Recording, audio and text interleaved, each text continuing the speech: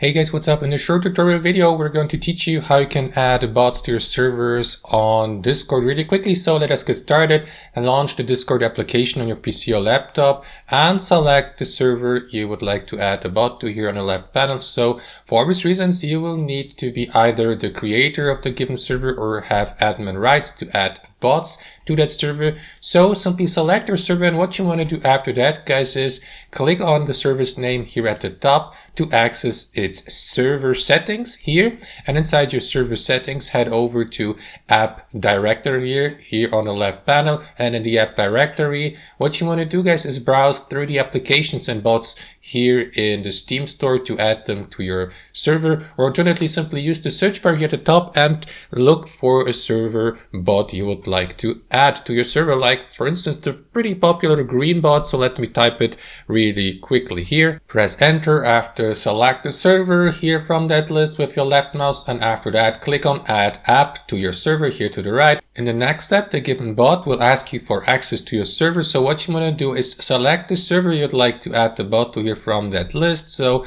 let me select the server for demonstration purposes. Continue here by clicking on that button. After that, authorize the given bot and grant it permissions to the following features listed above. You may also unselect the given features if you like.